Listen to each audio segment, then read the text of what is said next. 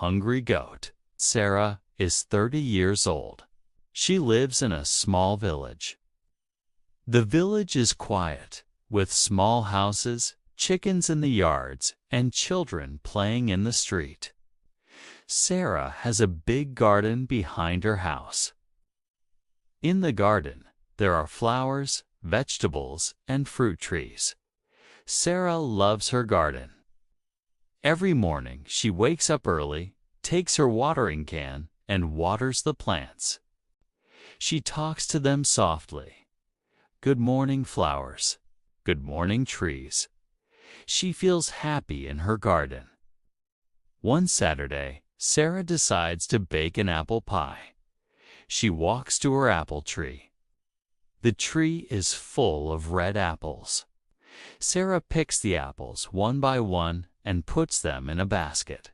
She smiles and says, "These apples will make a perfect pie." She carries the basket to a small table in the garden. Then she goes inside the house to get sugar, flour, and butter. She thinks, "My cousin is visiting tomorrow. I want her to taste my pie." When Sarah comes back, she stops. The basket is empty. "What?" she says loudly. "Where are my apples?" She looks left, she looks right. She looks under the table. Nothing. Then she sees it, her neighbor's goat, Billy. Billy is standing under the tree. He is chewing loudly, his mouth full of apples. "Billy," Sarah cries. "Those are my apples." The goat looks at her with big, shiny eyes. He does not stop. He keeps chewing and looks very happy. Sarah runs to him, but Billy is faster. He grabs the last apple, jumps, and runs away. Sarah shouts, "Come back, Billy, stop." She runs after him. Billy runs around the garden. He knocks over a watering can, and water splashes everywhere. He jumps over a small fence. Sarah slips on the wet grass and almost falls. "This goat is crazy," she shouts. Billy runs into the street. Sarah follows quickly. People in the village start watching. Some laugh, some clap. "Go, Billy, go," one man shouts. A woman waves her hands and laughs. Sarah feels very embarrassed, but she does not stop. Finally, Billy stops in front of the bakery. The smell of fresh bread is strong in the air. Billy's nose moves. He loves the smell. Sarah runs fast and catches him by the collar. "Got you," she says. She feels proud, but Billy is not finished. He pulls hard. Suddenly, he grabs a bread roll from a basket near the door. The baker comes out. He sees Billy with bread in his mouth and starts laughing. Billy again. He always wants food. Sarah apologizes. "I'm so sorry. First, he ate my apples, and now your bread." The baker smiles and waves his hand. "Don't worry. Billy is famous in this village. He is the hungriest goat in town." Sarah pulls Billy back to his home. She walks to her neighbor's yard. Mr. Jones, the neighbor, opens the gate.